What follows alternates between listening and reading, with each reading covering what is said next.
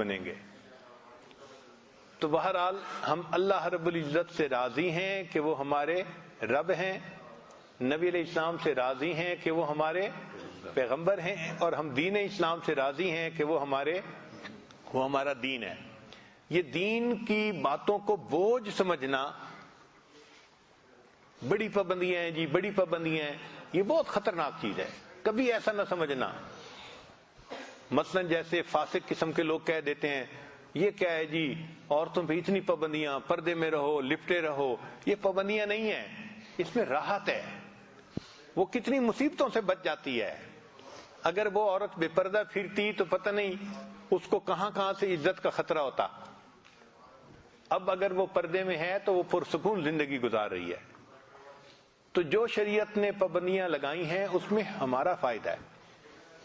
چنانچہ کتابوں میں ایک واقعہ لکھا ہے، ایک آدمی تھا جو امام مسجد بھی تھا۔ اللہ کی شان کہ وہ فوت ہوا، تو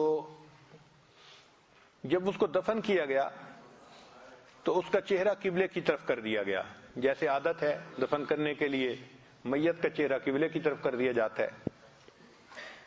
کوئی ایسی وجہ بنی کہ قبر کو کھولنا پڑا، تو جب لوگوں نے قبر کھودی کوئی اپنی چیز ڈھونڈنے کے لیے، تو دیکھا کہ چہرہ قبلے کی طرف سے پھرا ہوا تھا۔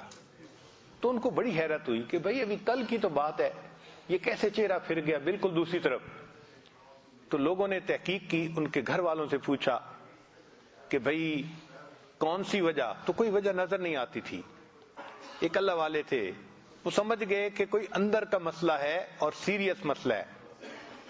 تو انہوں نے اس کی بیوی سے پوچھا کہ بھئی آپ بتائیں دین کے بارے میں ان کا معاملہ کیا تھا؟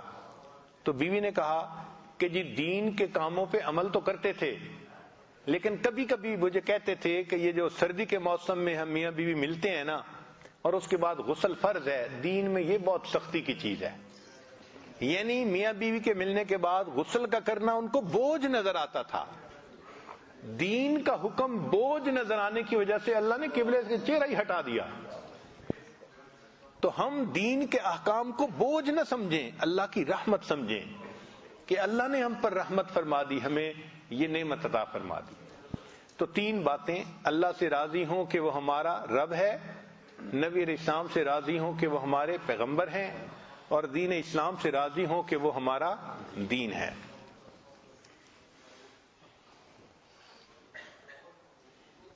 قال رسول اللہ صلی اللہ علیہ وسلم الصبر رضا، کہ تقدیر کے اوپر صبر کرنا اس کا نام رضا ہے۔ نبی علیہ السلام نے ارشاد فرمایا الرضا غنیمتی، کہ رضا میری غنیمت ہے۔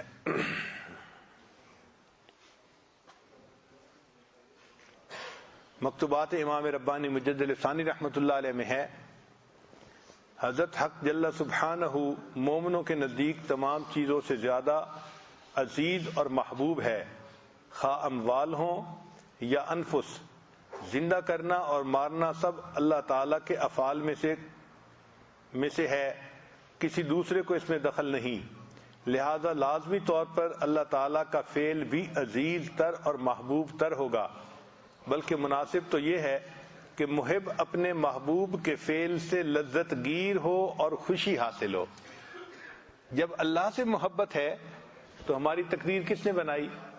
اللہ نے بنائی، تو اللہ کے فعل پر بھی ہمیں خوشی ہونی چاہیے نا۔